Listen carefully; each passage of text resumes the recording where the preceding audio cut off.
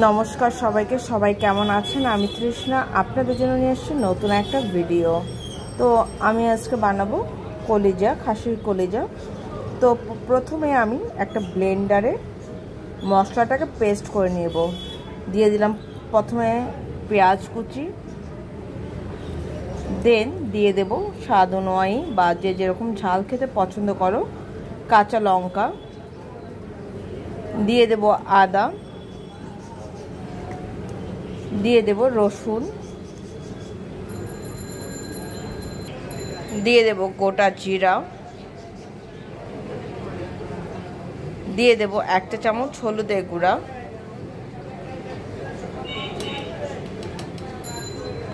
এক চামচ ধনে গুঁড়া, দিয়ে দেব এলাচ দারচিনি, দিয়ে দেব একটা তেজপাতা।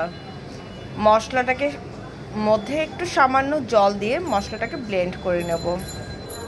কলিজাটা রান্না করার জন্য আমি কড়াইতে তেল গরম করতে বসিয়ে দিয়েছিলাম। এর মধ্যে দিয়ে দিলাম একটা তেজপাতা।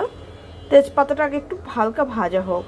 আর এই হচ্ছে আমার খাসির কলিজা। আমি লবণ দিয়ে এটাকে সেদ্ধ করে ধুয়ে পরিষ্কার করে নিয়েছি। দিয়ে দেব এর মধ্যে পেঁয়াজ কুচি,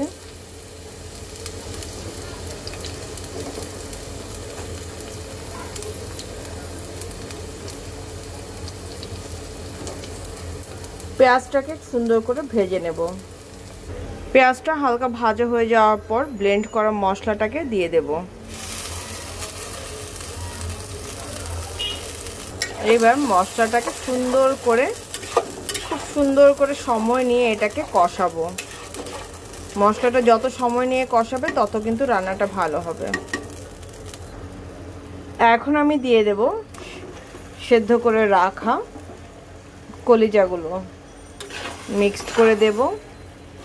আমি কিন্তু মশলাটা যখন কষালাম তখন কিন্তু আমি কোনো প্রকারের লবণ দেইনি। আমি একবার কলিজাটা এখন দিয়ে দিলাম, তো ঠিক এই সময়ে আমি দিয়ে দেব লবণ। তো মিক্সড করা হয়ে গেছে মশলার সাথে। এখন আমি লবণটা দিয়ে দেব।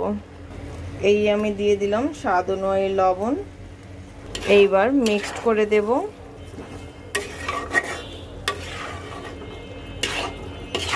মিক্সড করে দিলাম।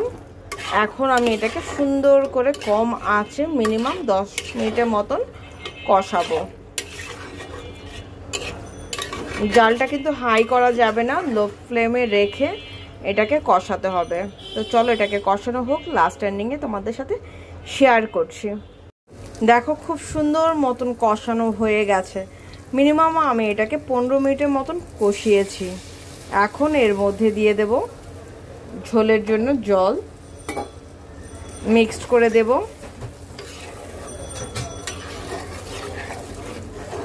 সুন্দর করে মিক্সড করে দিতে হবে।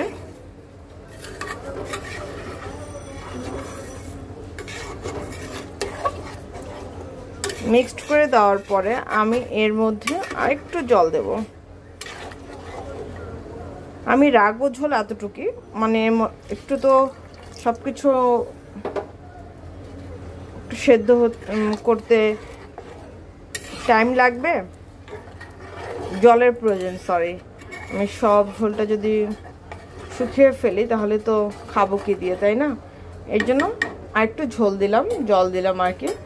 এখন আমি এটাকে মিনিমাম 5 মিনিটের জন্য জাল করব। কিন্তু জাল করার আগে এর মধ্যে দিয়ে দেব জিরার গুঁড়া।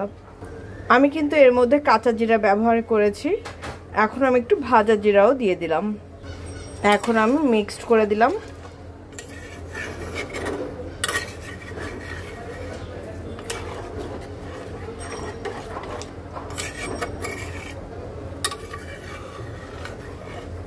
তো চলো এখন এটাকে ঢেকে দেব ঠিক 5 মিনিটের জন্য। আর জালটা কিন্তু হাই ফ্লেমে দিতে হবে এখন। তো দেখো আমার কিন্তু কলিজা রান্নাটা হয়ে গেছে। এখন এটাকে নামাবো। নামানোর পর ফাইনাল লুকটা শেয়ার করব তোমাদের সাথে, ঠিক আছে? তো এই হচ্ছে আমার খাসির কলিজার ভোনা বা গা মাখা ঝোল, যেটা মন চায় সেটাই বলতে পারো তোমরা। তো আজকের জন্য এই পর্যন্ত। সবাই ভালো থেকো, সুস্থ থেকো, আমার জন্য আশীর্বাদ করো। আমি যেন ভালো থেকে সুস্থ থেকে তোমাদের জন্য নিত্য নতুন ভিডিও আনতে পারি। আর পুরো ভিডিওটা দেখো, দেখার পরে কেমন লাগলো সেটা কিন্তু অবশ্যই আমাকে জানাতে ভুলো না। ঠিক আছে, তো টাটা।